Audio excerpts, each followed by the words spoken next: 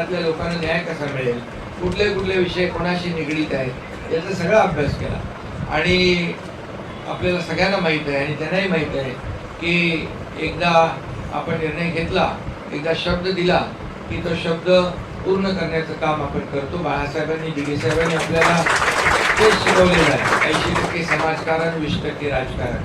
त्यामुळे खऱ्या अर्थाने आज गेले 20 वर्ष ज्यांची सत्ता मुंबई महापालिकेमध्ये होती त्यांनी मुंबईमध्ये जे काही केलं ते आपल्या समोर आहे. मी त्याचं काही उहापोह करू इच्छित नाही, परंतु मी एवढंच सांगेन, मी जेव्हा मुख्यमंत्री झालो त्यावेळेस सगळ्यात पहिलं मी काम केलं की मुंबईचे सर्व रस्ते खड्डे मुक्त झाले पाहिजे.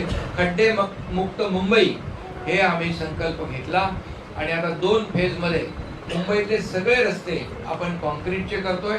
एक टप्पा जवळजवळ पूर्ण होतोय, दुसरा टप्पा जवळजवळ पुढच्या 1 ते 1.5 वर्षामध्ये कंप्लीट होईल आणि मुंबईमध्ये तुम्हाला खड्डे शोधावा लागेल. हा विश्वास या ठिकाणी तुम्हाला मी देऊ इच्छितो. मुंबईमध्ये आपण कोस्टल रोड जो सुरू झाला त्याला गती देण्याचं काम केलं. आज मुंबईतले अटल सेतू रस्ता आपण पाहिला, कोस्टल रोड पाहिला, मुंबईतले कॉन्क्रीटचे रस्ते पाहिले.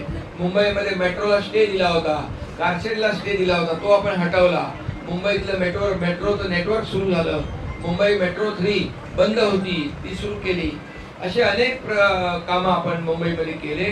त्याचबरोबर मुंबईचं सुशोभीकरण करण्याचा निर्णय आपण घेतला आणि जिकडे अगदी अडगळ होती, जिथे डेब्रिज टाकत होते, तिथे पण आपण बघा की तिथे मुंबई, तिथे ब्युटिफिकेशनचं काम झालं, तिथं लँडस्केपिंग होत आहे, तिथं झाडं चांगली लावली जात आहेत.